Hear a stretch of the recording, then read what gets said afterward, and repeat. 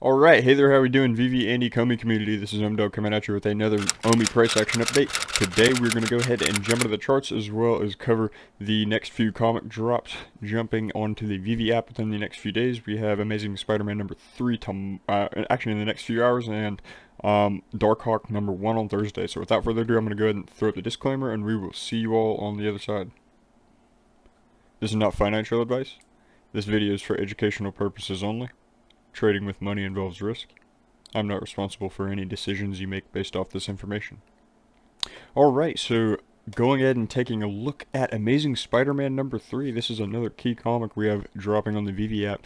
This is the first appearance of Dr. Octopus, and if you don't know, that's basically kind of the first villain that we see in Amazing Spider-Man 2, I believe.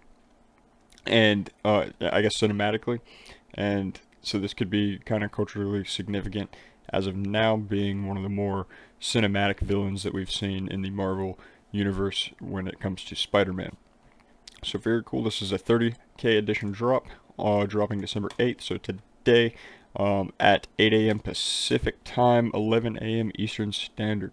So moving over to Darkhawk number 1. I do not know if this will be a 10,000 edition drop. I kind of lost count where we were within all the comic drops, but this might be a 10K drop, so keep an eye out on that one.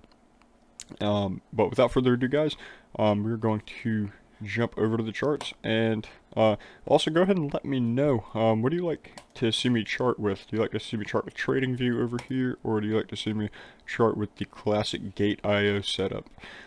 Personally, I like using Trading View because all the tools are just not glitchy over here. Anyway, let's go ahead and jump into it. So where we left off in the last video was basically trading around this price action right in this area, and what we were looking for to see was from here. We were looking to see if price would, trade or actually reject this area, which it did initially. And on the higher time frames, we pointed out that this green line, which is also a relatively equal low right here, we pointed out that that was also the 50% retracement on the Fibonacci from this low to the most recent high that we've had in the market. And that is a significant level, because that's a whole, that's a 50% markdown in price from when the market was up here.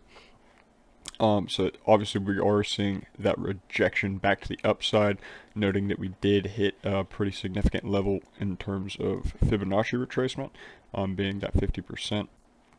But currently, as of now, on lower time frame price data, actually, you know what, I'm going to go ahead and look at higher time frame real quick.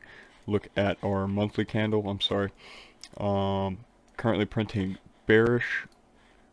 Our weekly candle got a nice bullish candle, but this our last week's candle kind of concerns me a little bit. How we opened, we traded up, traded completely back down, and closed below the open.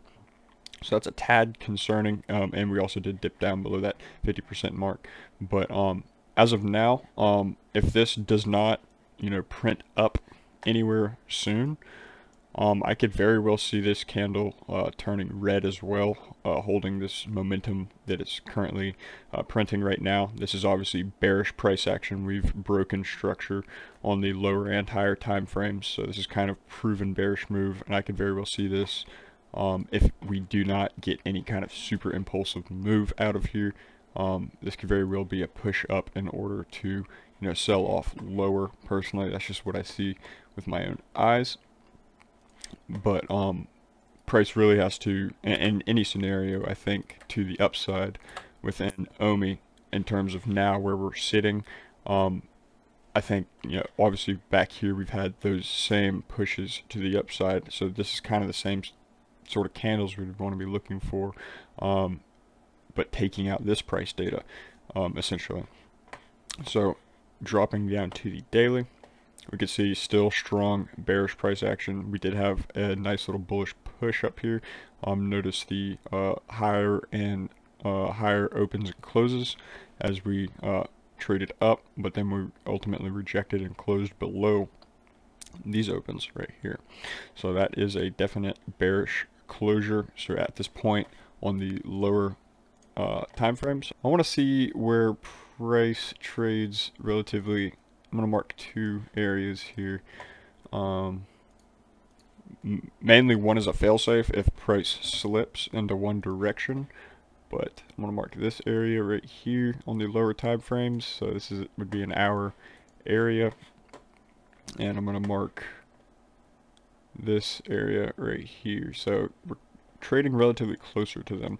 I'm going to actually mark those in a different color. Note that these two areas are significant on the lower time frame.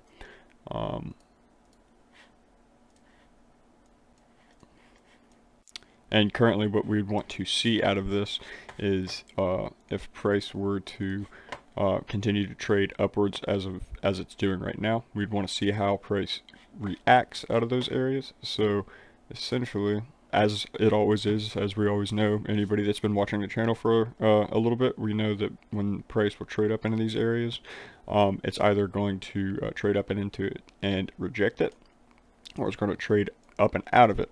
And reason being is because, you know, price ultimately only has one way to go.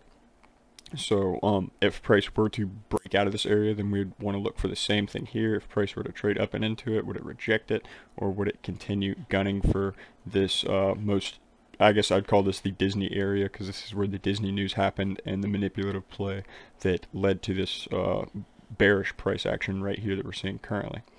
So very interesting to see. And if price did happen to fall, which I don't think it will, ultimately if it falls before these two areas, then it's just going to fill this market imbalance right here, and then drop if that were the case, if it did not hit these two areas. But I see it at least hitting this first area right here, which is kind of why I marked this as a failsafe. If it did break up and continue, then it could very well reject this as well before it went to trade back into the Disney areas and take out, you know, a lower time frame liquidity like we have right there.